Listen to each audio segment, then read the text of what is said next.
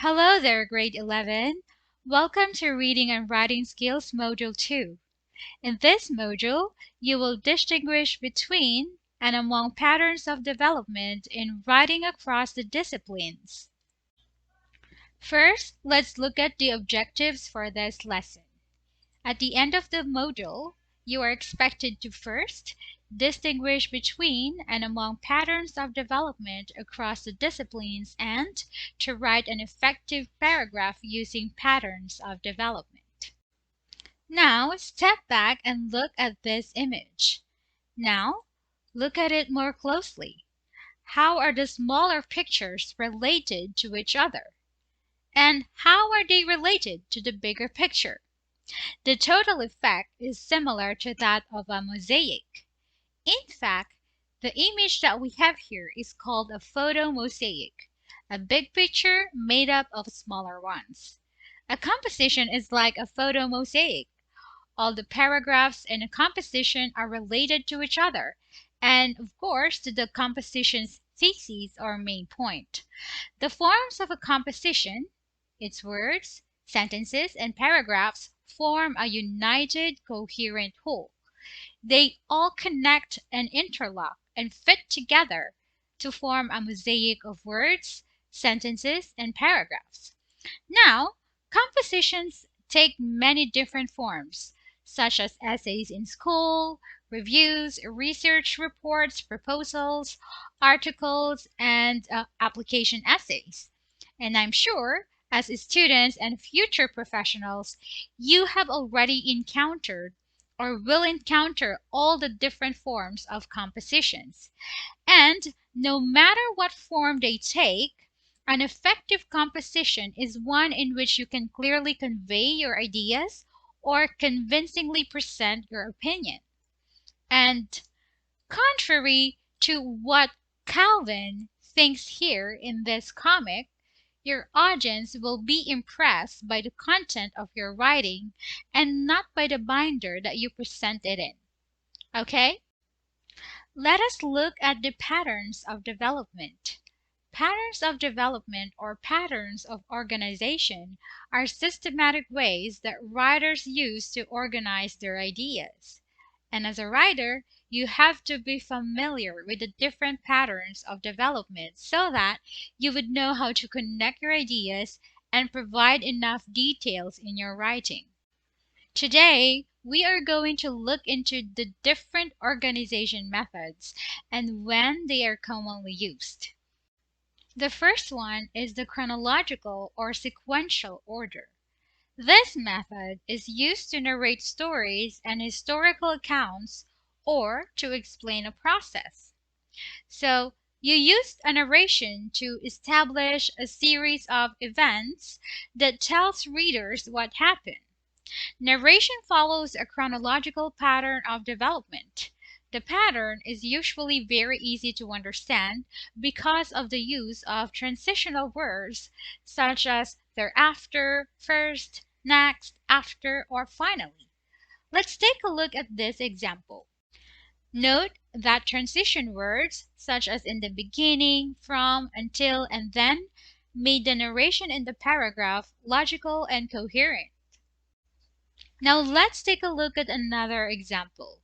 So here, the writer made use of transition words just like first, second, third, and finally to interlink ideas and to string them together to form a coherent whole. According to Washington.edu, a spatial pattern of organization arranges information according to how things fit together in a physical space. That is, where one thing exists in relation to another. This method discusses a subject according to a specific pattern, such as top to bottom, near to far, room to room, inside to outside. This pattern works well when a writer wishes to create a mental picture of something which has various parts distinguished by physical location.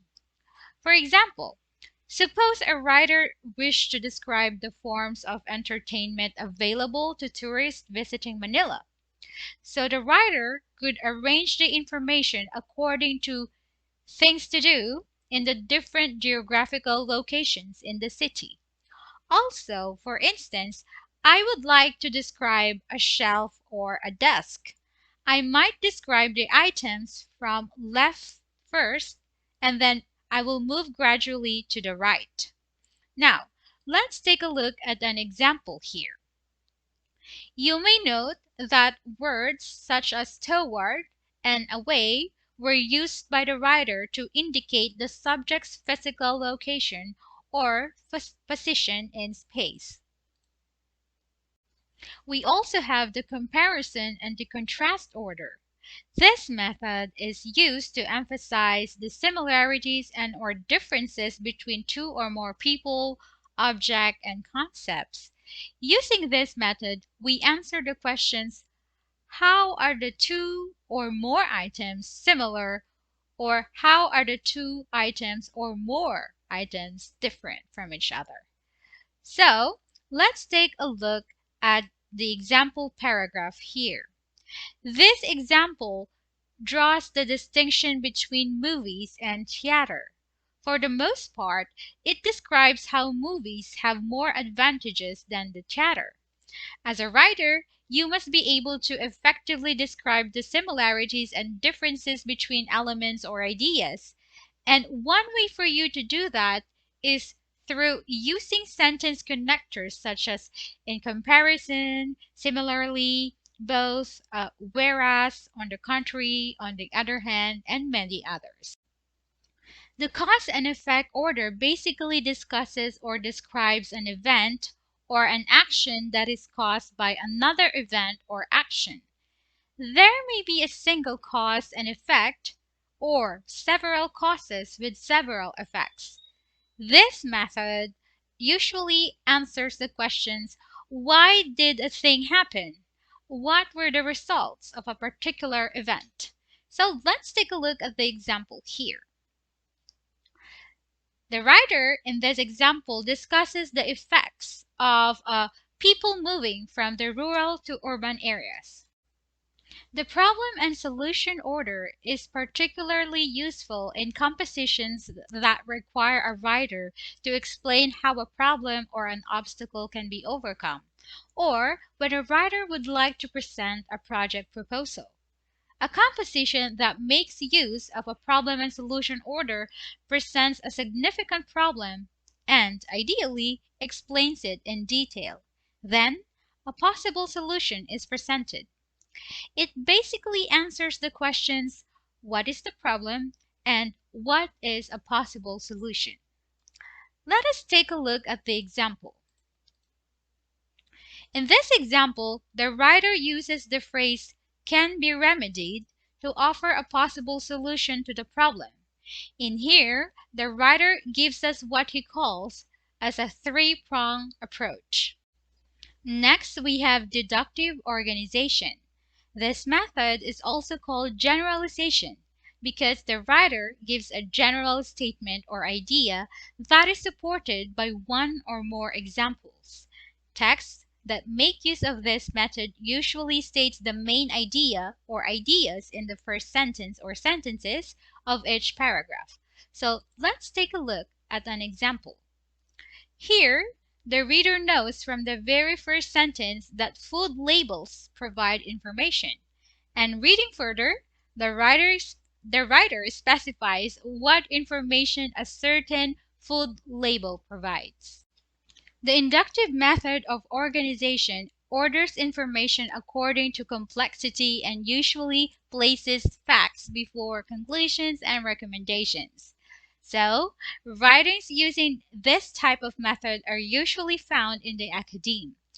Facts are presented as an investigation of the parts and pieces of a problem or issue. Conclusions and recommendations are drawn from the investigation of the facts.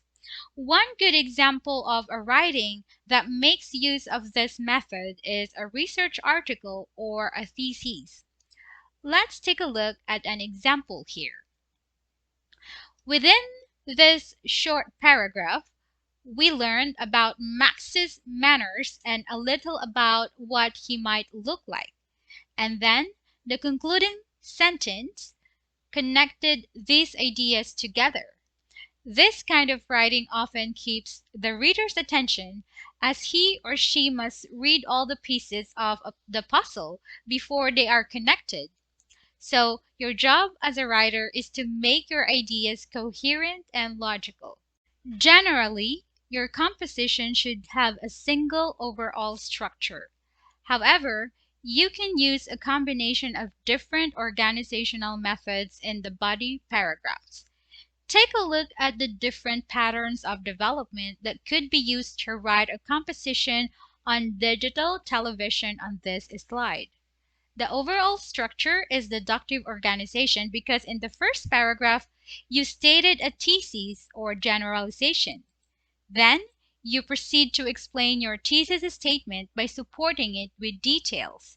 You may include a spatial order method wherein you provide descriptions of a digital TV image. Then, you can follow by providing narration on the development of digital TV from and to a certain point in time. Next, you may proceed to compare digital images to that of analog images so that you make use of the comparison and contrast order. And then you add more details in your composition. For instance, you would like to explore the possible effects of the introduction of digital TV to people. Then you can make use of the cause and effect order. And finally, you can string all your ideas together by using the inductive organization method, wherein you can also state predictions based on the facts that you presented in your writing. So those are the common organizational patterns that you can use in your compositions. Our lesson is quite brief, but I hope that I was able to help you in some way and that you learned something today. Until next time, guys, catch you later. These are the books I used as a reference for this module. I would suggest that you check them out for further readings.